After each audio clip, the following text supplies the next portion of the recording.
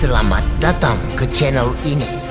Setiap fakta ada dua sisi, tapi kebenaran cuma satu. Ini The Screen Media.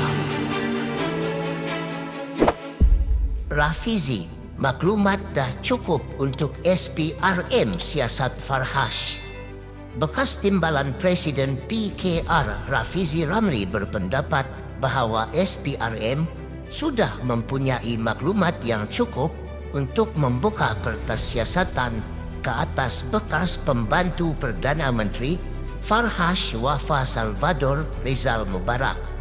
Ini berdasarkan pendedahan di media sosial berhubung dakwaan skandal arang batu di Sabah. Maklumat-maklumat yang didedahkan setakat ini sudah cukup untuk membolehkan SPRM membuka kertas siasatan terhadap Farhash, seperti mana kertas siasatan dibuka terhadap tokoh-tokoh lain yang dituduh menjadi kaya secara tiba-tiba. Jika tidak, bukan sahaja usaha-usaha untuk mencegah rasuah tidak membuahkan hasil yang dikehendaki dan diterjemahkan kepada kedudukan CPI, Indeks Persepsi Rasuah Negara yang lebih baik. Saya khawatir beban Farhash ini akan mengheret PKR dan PH dalam pilihan raya yang akan datang, katanya dalam hantaran di Facebook hari ini. Ahli Parlimen Pandan turut menyuarakan bahawa lebih ramai rakyat yang lebih yakin dengan usaha kerajaan membantras rasuah sekiranya kerajaan mempunyai konsistensi dalam usaha membantras rasuah. Rafizi berkata, ini bukan kali pertama Farhash dikaitkan dengan urus niaga yang kontroversi dan kekayaan serta pengaruhnya sering menjadi topik perbualan daripada rakyat biasa sehinggalah kalangan ahli perniagaan. Sejak Anwar menjadi Perdana Menteri, Farhash tiba-tiba melonjak menjadi seorang niagawan yang ligat dan mula mempunyai kepentingan dari satu syarikat ke satu syarikat. Ada syarikat-syarikat yang dikaitkan dengan beliau, kemudiannya mendapat kontrak perolehan yang besar daripada kerajaan. Jumlah sebenar kontrak-kontrak perolehan kerajaan yang dianugerahkan kepada syarikat-syarikat yang berkaitan dengan Farhash tidak diketahui umum, katanya. Masih perlu bermuhasabah apabila isu tersebut dibangkitkan sebelum ini, kata Rafizi. Anwar hanya mengeluarkan penafian sambil menjelaskan bahawa urusan perniagaan Farhash tiada kaitan dengannya kerana tokoh terbabit bukan lagi berkhidmat sebagai pegawainya. Ketika itu, kata Rafizi, dia memilih untuk bersangka baik walaupun tahu bagaimana pengaruh Farhash dalam PKR dan sebahagian pentadbiran kerajaan benar-benar wujud. Tuduhan terbaru mengenai lesen penerokaan mineral yang membabitkan Farhash tidak akan mati begitu sahaja. Pendedahan setakat ini disertakan dengan dokumen dan rekaman audio. Saya percaya lebih banyak maklumat akan menjadi pengetahuan umum selepas ini. Saya juga percaya ia bukan tuduhan terakhir yang membabitkan Farhash. Dari semasa ke semasa, ada saja kontroversi baru mengenai beliau yang akan menjadi bualan umum, katanya. Rafizi juga merujuk kepada ucapan Anwar baru-baru ini yang melahirkan rasa hairan mengapa usaha anti rasuahnya dilihat tidak ambil peduli oleh pihak tertentu, khususnya pembangkang. Menegaskan dia tidak meragui keikhlasan Anwar untuk membantras rasuah. Rafizi bagaimanapun mengingatkan sebahagian besar kempen PKR yang melibatkan dirinya sejak 2010 berkisar kepada skandal-skandal besar negara.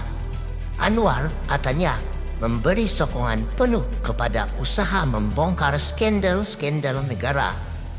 Salah satu penyumbang kepada kemenangan PKR dan PH dalam PRU 18 dan PRU 2022 sehingga beliau berjaya membentuk kerajaan campuran dan dilantik sebagai Perdana Menteri adalah manifestasi tuntutan rakyat agar rasuah dibantras sekeras-kerasnya, kata Rafizi lagi. Dia yang juga bekas timbalan Presiden PKR menegaskan walaupun pembangkang secara semula jadi cenderung untuk menolak inisiatif kerajaan, Putrajaya masih perlu bermuhasabah dan bertanya mengapa masih ada orang yang tidak yakin dengan apa yang dilakukan.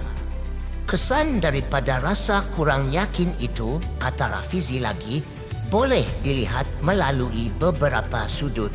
Pertama, kedudukan Malaysia dalam Indeks Persepsi Rasuah CPI masih di takuk yang sama.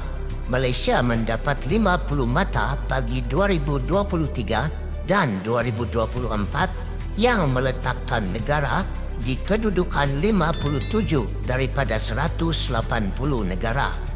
Begitu juga dengan data-data kaji selidik terkini yang saya pernah kongsikan beberapa bulan lepas yang menunjukkan kebimbangan rakyat mengenai rasuah semakin meningkat.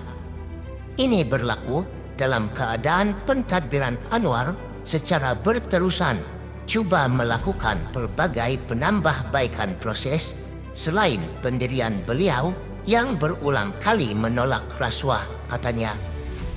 Oleh itu, Rafizi berkata, dia berasa terdorong untuk berkongsi pandangan walaupun mungkin mendapat kritikan daripada pihak tertentu. Jika Perdana Menteri rasa pelik, kenapa sambutan rakyat tidak segah usaha-usaha yang sedang dilakukan, ia bermakna ada perkara lain yang mungkin mencacatkan usaha-usaha itu di mata rakyat, katanya. Tambah Rafizi, kedudukan CPI ditentukan oleh persepsi rakyat dan persepsi pula dipengaruhi oleh beberapa perkara penting, terutamanya keberkesanan reformasi sehingga ia dilihat berjaya membantras amalan rasuah ke peringkat akar umbi serta dirasai oleh rakyat. Rafizi mengakui bahawa walaupun reformasi pentadbiran mengambil masa untuk merungkai budaya yang berakar umbi dan membasmi rasuah. Pun begitu, katanya, amat berbahaya jika pentadbiran Anwar dianggap tidak konsisten atau selektif semasa memerangi amalan tersebut. Katanya, ini lebih-lebih lagi jika kes besar yang melibatkan pemimpin kerajaan perpaduan atau individu yang rapat dengan Perdana Menteri tidak ditangani dengan tegas. Sekian laporan terkini daripada kami di The Screen Media. Jangan lupa untuk tekan butang like, share video ini dan yang paling penting subscribe ke The Screen Media untuk terus bersama kami membongkar isu-isu panas, fakta keras dan berita tanpa tapis. Kita jumpa lagi dalam laporan seterusnya.